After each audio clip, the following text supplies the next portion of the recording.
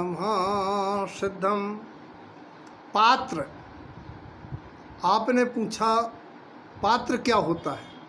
पात्रदान, पात्र क्या है? जैन दर्शन में, मुक्ति मार्ग में, ग्रंथों में पात्र, अपात्र, कुपात्र 3 शब्दों का वर्णन आता है। कुपात्र वो हैं जो पात्र के विपरीत हैं।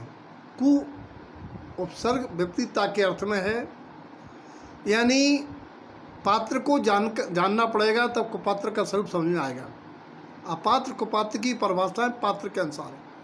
पात्र जिसमें पात्रता हो, काहे की पात्रता हो? मुक्ति जाने की, मोक्ष जाने की। पात्र कौन है? आचार्य गुरुदेव कहते हैं मुक्ति प्रमाण सो पात्र। जिसको मुक्ति की अभिलाषा प्रकट हुई है, मुक्ति का मार्ग बना है, ऐसे मोक्ष मार्गी पात्र होते हैं। जिनागम में 3 प्रकार के पात्र कहे गए हैं, चौथा कोई पात्र नहीं है। उन 3 प्रकार के पात्रों का वर्गीकरण 3 गुणों से किया जाता है। मूलतः सम्यक दर्शन, सम्यक ज्ञान और सम्यक चारित्र्य। सम्यक दर्शन की अपेक्षा से, निःशुद्धात्मा की सम्यक श्रद्धा की अपेक्षा से तीनों ही पात्र सम्यक दृष्टि होते हैं। पात्रता का आधार सम्यक दर्शन है। जब तक सम्यक दर्शन नहीं होता वो पात्र नहीं कहलाता। सम्यक ज्ञान के आधार पर जिनके मतिशुद्ध ज्ञान होते हुए भी जिनका मति ज्ञान निर्मल है वह जघन पात्र है। जिनका मति शुद्ध दोनों ज्ञान निर्मल हैं वह मध्यम पात्र।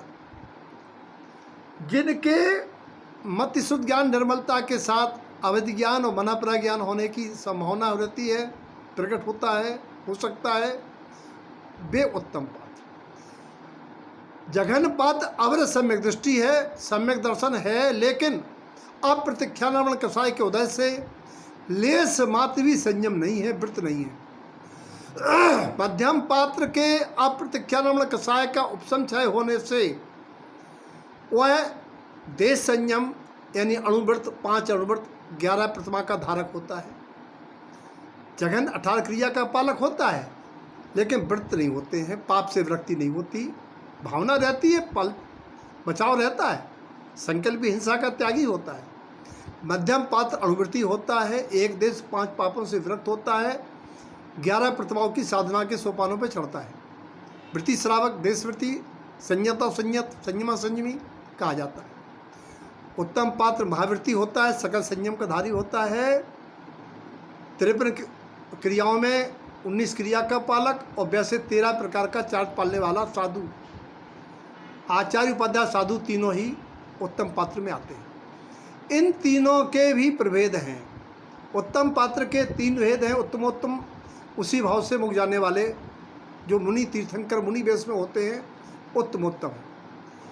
और जो रिद्धि सिद्धिधारी मनपर ज्ञानी आदि हैं वे उत्तम में मध्यम हैं। आचार्य भी मध्यम में आएंगे, उपाध्याय। सामान्य साधु उत्तम में जघन होता है। ऐसे ही मध्यम पात्र में उत्तम होता है 10वीं 11वीं प्रतिमाधारी। मध्यम में मध्यम होता है 7वीं 8वीं 9वीं प्रतिमाधारी। और मध्यम में जघन होता है 1ली प्रतिमा से 6वां प्रतिमाधारी। जघन के भी 3 भेद हैं। जो ब्रह्मचारी है, साधक है, वह जघन में उत्तम है। जो पंडित प्रतिष्ठाचारी है वह जघन में मध्यम है। सामान्य जो आचार विचार की निर्मलता से शोध का भोजन लेते हैं, आत्मसिद्धानी आज्ञा सम्यक्ति, तो जघन में जघन है। लेकिन जिनमें मिथ्या दर्शन, मिथ्या ज्ञान, मिथ्याचारित्य है, पात्रता के विपरीत दुराचारी, दुर्ध्यानी, परग्रही, पापी, विषय कसाय में लीन है, वे कुपात्र है। जिनमें न पात्र है न कुपात्र है, ऐसे हमारे लौकिक गुरु, शिक्षा गुरु, माता पिता, ये अपात्र कहलाते हैं। और पात्र नाम बर्तन का भी है, जिसमें भरा जाता है, भरने की योग्यता है। पात्र बनने के लिए क्या करना पड़ता है आप जानते हैं, लोहे के टुकड़े को पात्र बनने के लिए क्या करना पड़ता है। ऐसे ही जो अनंत अनुमान इच्छाओं को, विषयों को संयमित करके जो पात्रता की भूमिका बनाते हैं, जो जनवाणी को अपने हृदय में विराजमान करते हैं, चिंतन मनन करते हैं, उपदेश ग्रहण करते हैं, वे पात्र हो जाते हैं। इसलिए पात्रता दिया जाता है कि दातार पात्रों के उद्बोधन से आत्मस्वरूप का बोध जागृत करके पात्र हो जाए। बस एक बात उसमें आती है कि उपदेश ग्रहण नहीं होता है, कि पात्र में कोई कमी है। अगर ये बताओ कटोरा या पात्र उल्टा रखा हो तो क्या भरा जा सकता है? उल्टी सोच वाला कभी उपदेश को ग्रहण नहीं कर सकता है। अगर पात्र में छिद्र है, सुन करके वो दरवाज़ों से निकाल दे, बातों से निकाल दे, अंदर ना ले जाए, ग्रहण न करे, आत्मसात न करे, तो पात्रता प्रकट नहीं हो सकती। उसमें भरा ही नहीं जाएगा, छेद है पात्र में तो। और पहले ही से पात्र भरा है तो कैसे भरा जाएगा? उसको ये ज्ञानमद है कि हम सब जानते हैं, तो उससे कोई बात समझ में नहीं आएगी जनवाणी की। और अगर पात्र गंदा है तो डाला गया पदार्थ भी खराब हो जाएगा। यदि व्यसन है या कोई मकार का सेवन है, वो पात्र नहीं हो सकता है। यहाँ बात चर्चा का सार ये है, हम पात्र का विचार करें, पात्रता का विचार करें। हमें क्या वास्तव में मुक्ति की अभिलाषा जागृत हुई है? क्या हम संसार के जन्ममरण से छूटना चाहते हैं? अगर वास्तव में हम सच्चे देवगुरु धर्म के श्रद्धानी, जनवाणी के श्रद्धानी हैं, तो पात्रता प्रकट होगी। पात्रता का आधार सम्यक दर्शन है, और सम्यक दर्शन का आधार है तत्वों का चिंतन करना। शरीर और आत्मा आदि द्रव्यों के गुण लक्षणों से उनको भिन्न भिन्न मानना, जानना, ये है पात्रता प्रगटाने का उपाय।